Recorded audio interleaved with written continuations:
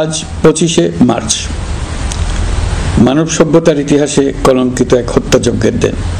1971 সালের আজকের রাতে পাক হানাদার বাহিনী নিরপরাধ নিরস্ত্র ঘুমন্ত বাঙালির উপর নির্মমভাবে গুলি চালিয়ে হাজারো মানুষকে হত্যা করেছিল। 25শে মার্চ থেকেই এদেশের মানুষের সশস্ত্র প্রতিরোধ গড়ে তুলেছিল। 9 মাসের যুদ্ধের মধ্য দিয়ে স্বাধীন হয় বাংলাদেশ। মহান স্বাধীনতা দিবসের প্রাক্কালে আমি গভীর শ্রদ্ধার সঙ্গে স্মরণ করছি মহান মুক্তিযুদ্ধের বীর শহীদদের, যাদের প্রাণের বিনিময়ে আমরা স্বাধীন সার্বভৌম বাংলাদেশ পেয়েছি। 9 মাসের রক্তক্ষয়ী যুদ্ধে লক্ষ লক্ষ শহীদ ও 2 লাখ নির্যাতিত নারীর আত্মত্যাগ পৃথিবীর মানচিত্রে বাংলাদেশ নামে একটি স্বাধীন ভূখণ্ডের জন্ম দিয়েছিল। মুক্তিযুদ্ধের এই বীরদের প্রতি আমার সালাম। সেই সঙ্গে 24শে জুলাই অভ্যুত্থানে নিহত হাজারো শহীদ ও আহত, যারা বৈষম্য, শোষণ, নির্যাতন এবং নিপীড়নের বিরুদ্ধে বুক চিতিয়ে দাঁড়িয়েছিল, তাদের প্রতি সমগ্র জাতির পক্ষ থেকে আমি সশ্রদ্ধ সালাম জানাচ্ছি। জুলাই গণ অভ্যুত্থান আমাদেরকে যে বৈষম্যহীন বাংলাদেশ গড়ার স্বপ্ন পূরণের সুযোগ এনে দিয়েছে, সেই সুযোগ আমরা কাজে লাগাতে চাই। প্রিয় দেশবাসী, পবিত্র মাহে রমজানের সিয়াম সাধনা উপলক্ষে আপনাদের সকলকে আমার আন্তরিক মোবারকবাদ জানাচ্ছি। সেই সঙ্গে সকলকে জানাই পবিত্র ঈদ উল ফিতরের অগ্রিম শুভেচ্ছা। ঈদ মুবারক। এবারের ঈদ স্মরণীয়ভাবে আনন্দদায়ক হোক, এই কামনা করছি। বর্তমান সরকার দায়িত্ব গ্রহণের পর থেকেই দ্রব্যমূল্য নিয়ন্ত্রণে জোর ব্যবস্থা নিয়েছে। রমজান ও ঈদে বড় চ্যালেঞ্জ ছিল জিনিসপত্রের দামের লাগাম টেনে ধরা, বিদ্যুৎ সরবরাহ নিশ্চিত করা। এই রমজানে যাতে কোনো পণ্যের দাম বেড়ে না যায় এবং বিদ্যুৎ সরবরাহ যেন বিঘ্নিত না হয়, সেজন্য আমরা সর্বোচ্চ চেষ্টা করেছি। রমজান মাস জুড়ে সরবরাহ চেনের প্রতিবন্ধকতা কঠোরভাবে প্রতিহত করতে সব ধরনের ব্যবস্থা আমরা নিয়েছি। দেশের সকল জায়গা থেকে খবর এসছে যে এই রমজানের দ্রব্যমূল্য আগের তুলনায় কমেছে, জনগণ স্বস্তি পেয়েছে। দাম নিয়ন্ত্রণে এই প্রচেষ্টা চলমান থাকবে। প্রিয় দেশবাসী, গত 16 বছরে শেখ হাসিনা যে ভয়াবহ লুটপাট কায়েম করেছিল, আপনারা সেটার ভুক্তভোগী ছিলেন। ছাত্র জনতার অভ্যুত্থানের মুখে তারা পালিয়ে যাবার সময় এক লণ্ডভণ্ড অর্থনীতি ঢেকে গেছে। এই পরিস্থিতিতে দায়িত্ব নেবার পর অর্থনীতি পুনরুদ্ধারের জন্য অন্তর্বর্তী সরকার নানা উদ্যোগ নিয়েছে। ব্যাংকিং খাতে শৃঙ্খলা ফিরেছে। ক্রমান্বয়ে অর্থনীতির অপরাপর সুযোগগুলো ইতিবাচক ধারায় ফিরতে শুরু করেছে। এই সরকারের সবচেয়ে বড় চ্যালেঞ্জ মূল্যস্ফীতি। ফেব্রুয়ারিতে মূল্যস্ফীতি 9.32% নেমে এসছে, যা 22 মাসের মধ্যে সর্বনিম্ন। আগামী জুন মাসের মধ্যে এটি 8%-এর নিচে নেমে আসবে বলে আশা করছি। দেশের ধ্বংসপ্রাপ্ত অর্থনীতিতে স্বস্তি এনে দিয়েছে আমাদের প্রবাসী ভাই বোনেরা। অন্তর্বর্তী সরকার দায়িত্ব নেবার পর থেকে রেমিটেন্স ধারাবাহিকভাবে বেড়েছে। ফেব্রুয়ারি মাসে রেমিটেন্স প্রবাহ রেকর্ড গড়েছে, প্রায় 25% বৃদ্ধি পেয়ে $2.5 বিলিয়ন পৌঁছেছে। রেমিটেন্স যোদ্ধারা আমাদের দেশের অর্থনীতি গড়ার বীর সৈনিক। তাদের জন্য প্রক্রিয়াগত যেসব বিষয় রয়েছে, সেগুলো সহজ করে দেওয়া আমাদের দায়িত্ব। তারা যেন ভোগান্তির শিকার না হন, দূতাবাস যেন ঠিক মতো কাজ করে, এটি নিশ্চিত করার জন্য আমরা ব্যবস্থা নিয়েছি। আগামী নির্বাচনে যেন তাদের ভোটাধিকার দিতে পারি, সেজন্য কাজ করছি। পলাতক সরকারের আমলে চট দখলের মতো দেশের ব্যাংকগুলো দখল করে নেওয়া হয়েছিল। আমানতকারীর টাকাকে তারা নিজেদের ব্যক্তিগত টাকায় রূপান্তরিত করে ফেলেছিল। অন্তর্বর্তী সরকারের অন্যতম কাজ ছিল ব্যাংকিং ব্যবস্থায় আস্থা ফিরিয়ে আনা, আমানতকারীর স্বার্থ রক্ষা করে নিয়ম শৃঙ্খলা প্রতিষ্ঠা করা, হিসাবপত্রে বিশ্বাসযোগ্যতা স্থাপন করা। ব্যাংকিং ব্যবস্থায় আস্থা প্রতিষ্ঠা করা গেছে। এর ফলে অর্থনীতিতে শৃঙ্খলা ফিরেছে। অন্তর্বর্তী সরকারের অর্জনগুলোর মধ্যে এটা ছিল খুবই গুরুত্বপূর্ণ।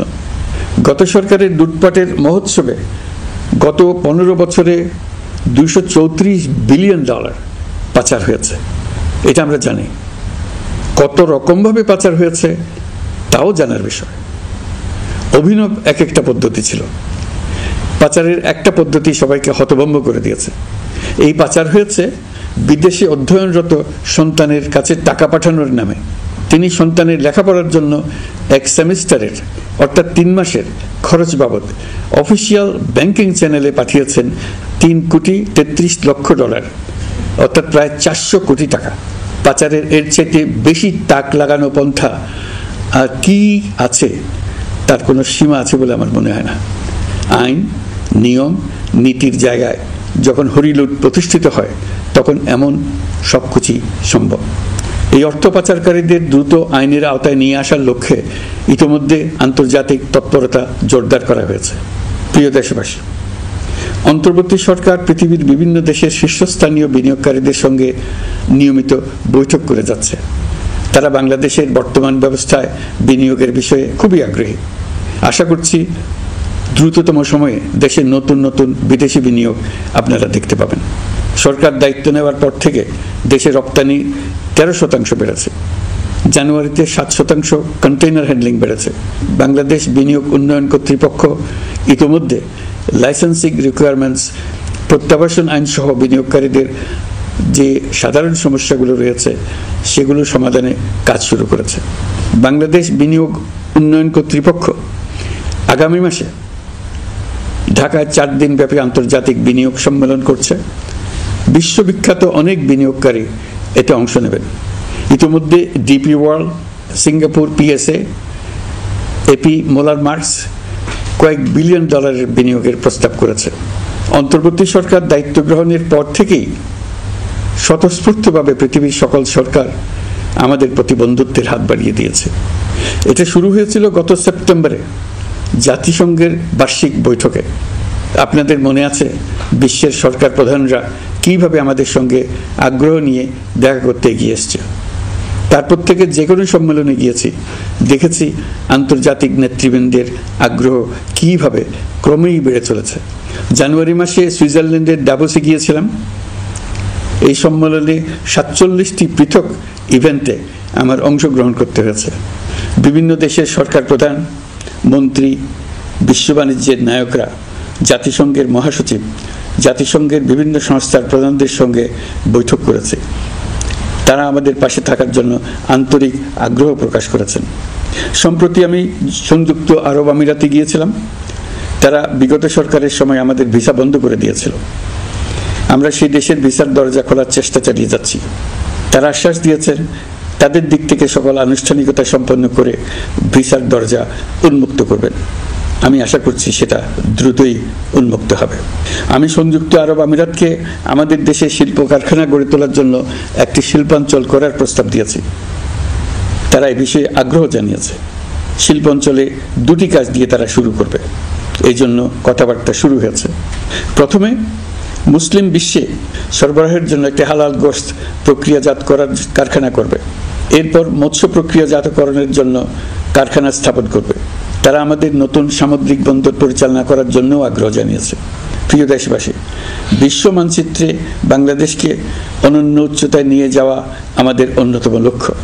এই লক্ষ্যে আমরা আসিয়ানের সদস্য হিসেবে যোগদান করার বিষয়ে আগ্রহের কথা জানিয়েছি। এই বছরের শুরু থেকেই মালয়েশিয়া আসিয়ানের চেয়ারম্যানের দায়িত্ব গ্রহণ করেছে। মালয়েশিয়ার মাননীয় প্রধানমন্ত্রী আনোয়ার ইব্রাহিমের সঙ্গে এই বিষয়ে কথা হয়েছে। তিনি আমাদের আবেদনের প্রতি সমর্থন জানিয়েছেন, আমাকে মালয়েশিয়া সফরের আমন্ত্রণ জানিয়েছেন। আমি এই আমন্ত্রণ গ্রহণ করেছি। মালয়েশিয়া রোহিঙ্গা সমস্যা সমাধানের জন্য জাতিসংঘের সম্মেলন আয়োজনের দায়িত্ব নিয়েছে। আমাদের দেশ থেকে শ্রমিক নিয়ে যাবার ব্যাপারে যে সমস্ত সমস্যার সৃষ্টি হয়েছিল সবগুলো সমাধানের জন্য আন্তরিকভাবে তারা কাজ করছে। আগামীকাল 4 দিনের সফরে আমি চীন যাচ্ছি। প্রেসিডেন্ট শি জিনপিং এর সঙ্গে আমার বৈঠক হবে। চীনের বড় বড় ব্যবসায়িক প্রতিষ্ঠানের সিইওদের সঙ্গেও বৈঠক করব। পৃথিবীর সর্ববৃহৎ চাইনিজ সোলার প্যানেল নির্মাতা প্রতিষ্ঠান লংজি বাংলাদেশে কারখানা স্থাপনের আগ্রহ জানিয়েছে। আমরা তাদের সঙ্গে কাজ করছি। এছাড়া প্রযুক্তিগত সহায়তা, মেডিকেল সহায়তা, স্বল্প মূল্যে চিকিৎসা সহ অন্যান্য বিষয়ে আলোচনা হবে। তারা আমাদের দেশ থেকে আম, কাঁঠাল ও পেয়ারা আমদানি করতে চায়। এটা খুব দ্রুতই শুরু